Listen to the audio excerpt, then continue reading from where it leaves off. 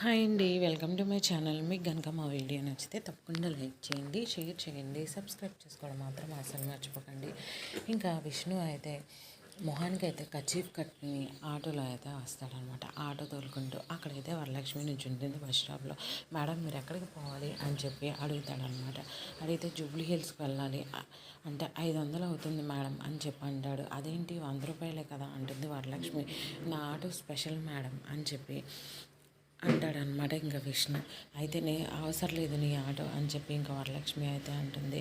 అన్నాక మేడం మీరు కత్తిలా ఉన్నారు మేడం, చూస్తేనే షివరింగ్ వస్తుంది అని చెప్పి ఇంకా విష్ణు అయితే అంటాడు. అరే అసలు ఎవడరా నువ్వు ఇలా మాట్లాడుతున్నావు అని చెప్పి చెప్పు అయితే తీస్తుంది అనమాట ఇంక వరలక్ష్మి కొట్టడానికి.